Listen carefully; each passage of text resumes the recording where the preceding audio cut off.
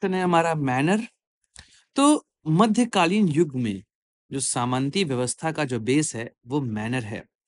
मतलब मध्यकालीन यूरोप का जो सामाजिक और आर्थिक ढांचा है ना, वो पूरे तरीके से मैनर पर डिपेंड रहता था। आप ये देखिए ना, ये लेविश लाइफ आपको समझ में आ रही है कि एक सामंत किस तरीके से अपना जीवन व्यतीत करता था। अगर पूरे स्ट्रक्चर को देखेंगे तो आपको समझ में आया कि उसका अपना सिस्टम हुआ करता था। एक घर जहां वो रहता है, उसके जानवरों को चरने के लिए पॉस्चर लैंड यहाँ पे दिखाई दे रहा होगा। यहाँ पर आपको फील्ड, जहां पर वो खेती कर रहा है वो फील्ड हो गए। बार्न में मतलब बाड़े जो होते हैं ना, जहाँ पे मुर्गियां जानवर रखे जाते हैं, वो बार्न होता था। इसके अलावा ये सिंचाई के लिए नहर की व्यवस्था, उसमें वाटर मिल लगी होती थी। चर्च होता था, वर्कशॉप होता जहाँ पे काम, लोहे का काम, हल और हथियार बनते थे। और ये देखिए सर्फ, जहां पर उसके एग्रीकल्चर स्लेव रहते थे। यह पूरी व्यवस्था एक मैनर में होती थी, तो अपना एक अलग सिस्टम वहां पे क्रिएट होता था। तो आप देखेंगे मैनर हाउस या कैसल तो नहीं बोल सकते हैं, लेकिन फिर भी कई लोग कैसल बोलते हैं। इसे आप मैनर हाउस ही कहेंगे। तो मैनर हाउस है, उसके पास अपनी लैंड है, पॉस्चर इन फॉरेस्ट है, गिरजाघर है और किसान और दासों के मकान यहाँ पर है। अब भारत में जागीरदारी प्रथा से आप कुछ हद तक इसको जोड़ सकते हैं कि जागीरदार का अपना एक गांव हुआ करता था। वैसे यहाँ पर ये पूरा मैनर होता था, जो एक लॉर्ड, एक सरदार या कहें एक फ्यूडल के कंट्रोल में होता था। तो एक आत्मनिर्भर इकाई होती थी जहां पर वस्तुओं का उत्पादन होता था और उसका उपभोग भी स्थानीय स्तर पर होता था। मतलब ट्रेडिंग में कोई खास रोल नहीं होता था। तो ये पूरा मैनर का स्ट्रक्चर है।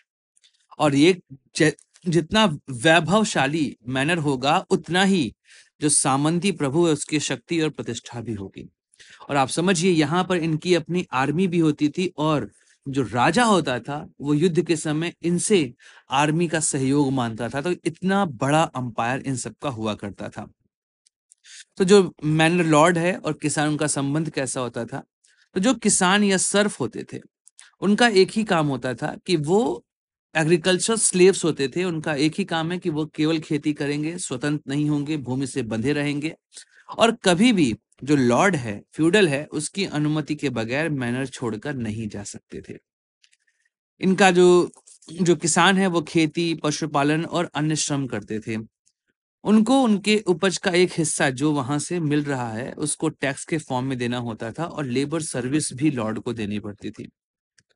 जो लॉर्ड है वो किसानों को रहने के लिए जमीन देता था और बाहरी आक्रमण से सुरक्षा प्रदान करता था।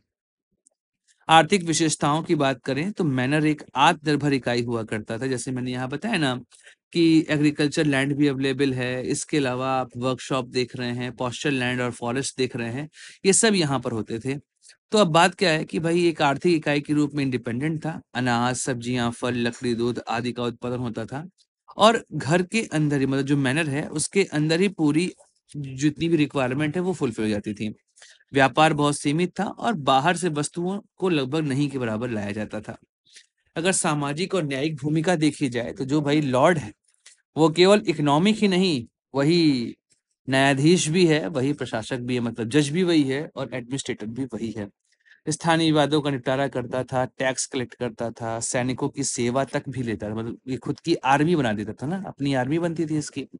तो मैनर जो है एक आर्थिक इकाई ही नहीं थी, एक सामाजिक और प्रशासनिक इकाई भी हुआ करता था। अगर यहाँ पे फार्मर्स की, फार्मर नहीं कहेंगे आप, बेसिकली इनको सर्फ्स ही कहिए या पीजेंट्स कह लीजिए।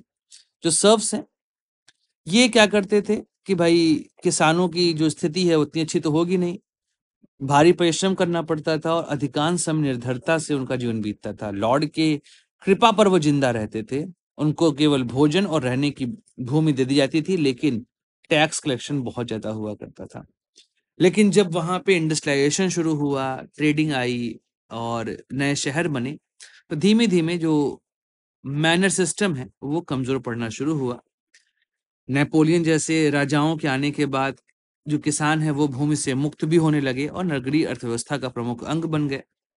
इसके अलावा ब्लैक ब्लैक डेथ जैसी महामारियां भी आई थी। उस वजह से भी मैनर प्रणाली जो है वो काफी कमजोर हुई थी क्योंकि जनसंख्या घटने लगी और किसानों का जो श्रम है उसकी शक्ति का महत्व बढ़ गया और उनको फ्रीडम भी मिली। तो ऐसे में मैनर जो है वो मध्यकालीन यूरोप की सामंती व्यवस्था का एक प्रमुख केंद्र हुआ करता था। ग्रामीण जीवन था, आर्थिक और सामाजिक राजनीतिक इकाई के रूप में वह कार्य किया करता था। जो किसान हैं और जो लॉर्ड हैं इनके बीच में निर्भरता होती थी और यह व्यवस्था लगभग 400-500 साल चली।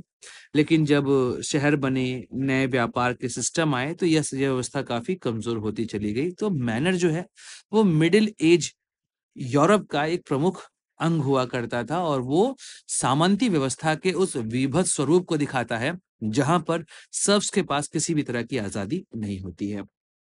अगर आपको यह वीडियो पसंद आता है तो आप इसको लाइक करिए, चैनल को सब्सक्राइब करिए और वीडियो को शेयर ज़रूर करिए।